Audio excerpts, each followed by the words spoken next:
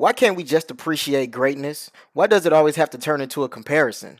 If you follow Shaq, you know he barely watches basketball these days, yet he always has something to say about the current generation. He started hating the moment he hung up his sneakers. So you think LeBron's longevity is a byproduct of the change in the physicality of the game, too?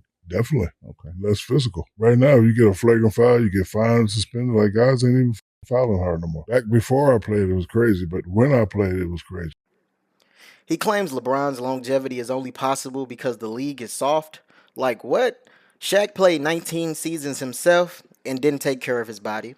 Kareem played 20 in what people love to call the most physical era in NBA history, and the man was a center and only weighed 225 pounds. Let's not forget, Shaq retired in 2011. By that time, LeBron had already accomplished more in 8 seasons than most do in an entire career. LeBron was so dominant early on that Greg Anthony predicted in 2004, when Bron was just 20 years old, that he had passed Kareem on the all-time scoring list. My partner Greg Anthony suggesting that he someday will break Kareem Abdul-Jabbar's record and wind up with more points than anybody in history. How do you figure that, partner? And guess what?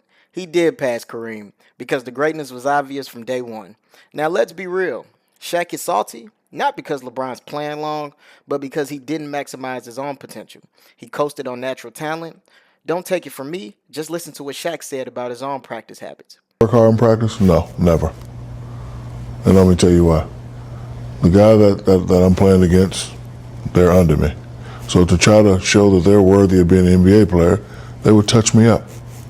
So it's my philosophy, I'm not going to get touched up twice. I'm not going to get beat up in practice, and I'm not going to get beat up in the game.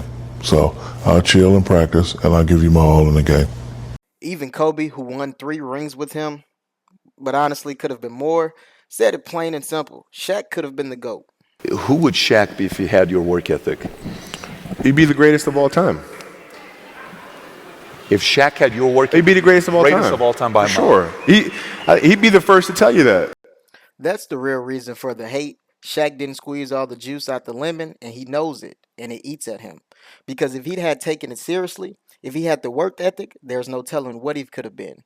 Even without that, he's still a top 10 player of all time in my book, but the GOAT convo, he fell short. You know, the greatest of all time, I would like to be in that conversation, but if it's not definite, see, like when you talk about Bron and Mike, it's definite.